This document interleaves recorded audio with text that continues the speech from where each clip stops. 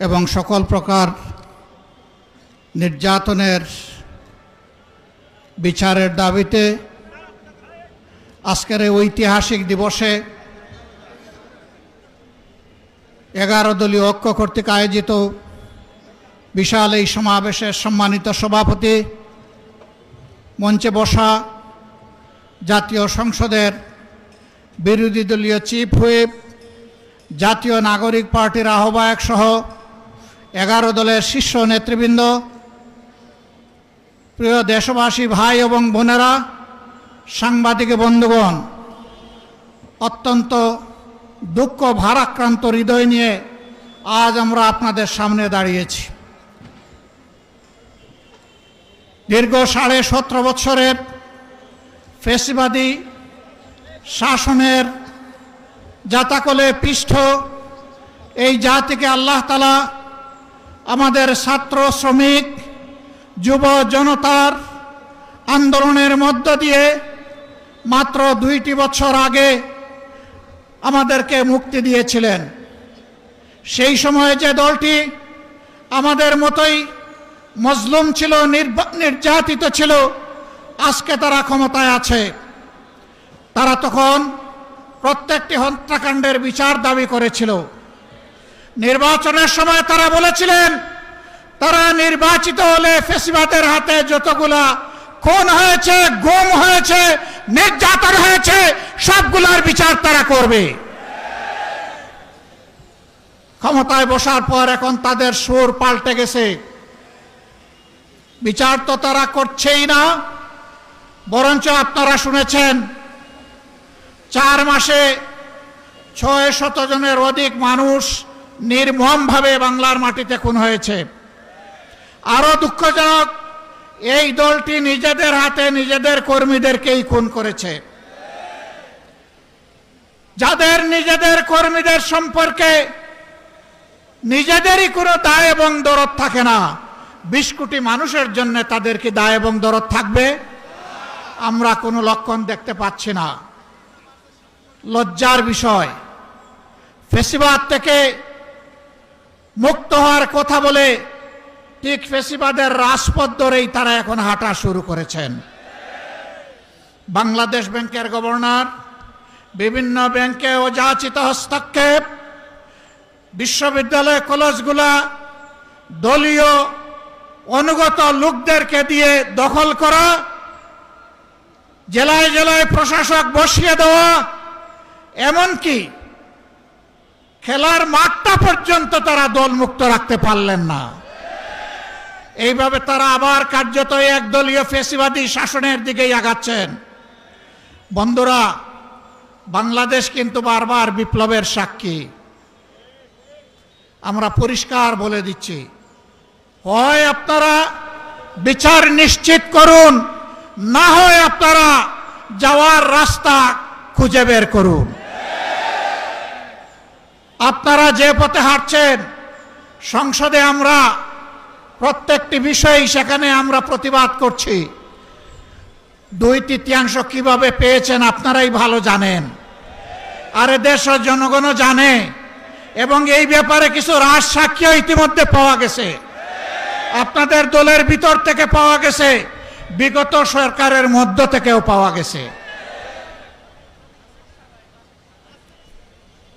আমরা আপনাদেরকে বিনয়ের সাথে অনুরোধ করব, মজলুম ছিলেন, জালেম হবেন না। মেহেরবানি করে বিচারগুলো নিশ্চিত করুন। শুধু ফ্যাসিবাদের হাতে কেন, এই রাস্তায় আমাদের কলিজার টুকরা বিপ্লবের প্রতীক শরীফ ওসমান হাদিকে হত্যা করা হয়েছে। তার বিচারও ধামাচাপা দেওয়ার চেষ্টা চলছে। এখন পর্যন্ত চার্জশিটটি দেওয়া হয় নাই। কাকে খুশি করার জন্য, কোন সত্যকে আড়াল করার জন্য এটা করা হচ্ছে, জনগণ জানতে চায়। এই 21 তারিখ, মাত্র 2 দিন আগে গাইবান্ধা ইতিমধ্যেই বলা হয়েছে ছাত্র শিবিরের একজন তরুণ নেতাকে গলা কেটে স্পষ্ট দিবালোকে সেই ফ্যাসিবাদী কায়দায় হত্যা করা হয়েছে। হ্যাঁ, হত্যা করে মানুষকে দুনিয়া থেকে বিদায় দেওয়া যাবে, কিন্তু কোনো আদর্শকে খুন করা যাবে না। এদেশের মানুষের অন্তরে, কলিজায়, হৃদয়ে, মগজে সব জায়গায় বসে আছে মজবুত ভাবে রাসূলুল্লাহ সাল্লাল্লাহু আলাইহি সাল্লামের আদর্শ। এই আদর্শকে নির্মূল করার চিন্তা করবেন না। যদিও আপনাদের একজন সিনিয়র নেতা ঘোষণা করে দিয়েছেন নির্মূল করবেন, অতীতে যারা নির্মূল করার ঘোষণা দিয়েছিলেন তারা নিজেরাই আজকে নির্মূল হয়ে গেছে। নির্মূল বেশি করবেন না, এটা এক ধরনের ভাইরাস। এই ফেসিবাদের ভাইরাস, চাঁদাবাজির ভাইরাস, দুর্নীতির ভাইরাস, দলীয় শাসনের ভাইরাস, এই সকল ভাইরাস মুক্ত করার জন্য আরেকটি বিপ্লব অনিবার্য হয়ে উঠেছে। সেই বিপ্লবের জন্য আপনারা কি প্রস্তুত? মানুষের জীবন, ইজ্জত এবং সম্পদ দেশের সীমানার জন্য আরেকবার কি জীবন দেওয়ার জন্য প্রস্তুত আছেন?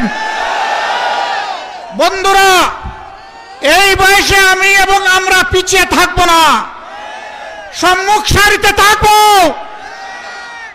আড়ালে আবদালে নয়।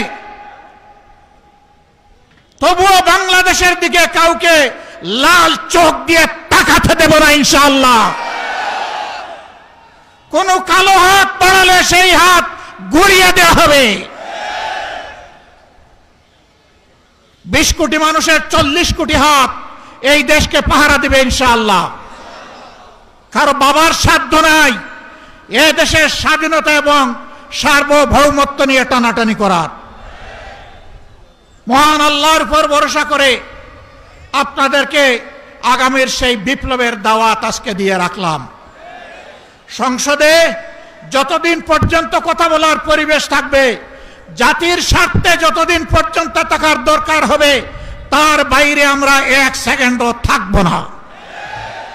যেদিন সংসদের প্রয়োজন ফুরিয়ে যাবে, যেদিন মনে হবে এই সংসদে আর কথা বলে লাভ নাই, সেদিন সেই সংসদে খোতা হাফিজ বলে আমরা বেরিয়ে আসব। প্রস্তুত থাকুন সেই বিপ্লবের জন্য। অন্যায়ের সাথে কোনো আপত নয়, নতুন পুরাতন কোনো ফ্যাসিবাদ মানি না। পুরাতন পরিত্যাজ্য, নূতন ঘৃণিত, কোনো ফ্যাসিবাদ মানব না ইনশাআল্লাহ। জীবন যাবে, জীবন একটাই, সেই জীবন যাবে আল্লাহর জন্য, সেই জীবন যাবে মানুষের জন্য। আল্লাহ হাফিজ। বাংলাদেশ জিন্দাবাদ। 11 দলীয় ঐক্য জিন্দাবাদ। আসসালামু আলাইকুম ওয়া রাহমাতুল্লাহ। সংগ্রামী ভাই এবং বন্ধুগণ, আমাদের সম্মানিত স্বেচ্ছাসেবক যারা, সবাইকে আন্তরিক ধন্যবাদ জানাচ্ছি। আপনারা দ্রুত রাস্তায় যান চলাচল এবং সম্মানিত যাত্রীদের জন্য রাস্তা আমরা ফাঁকা করে দেব।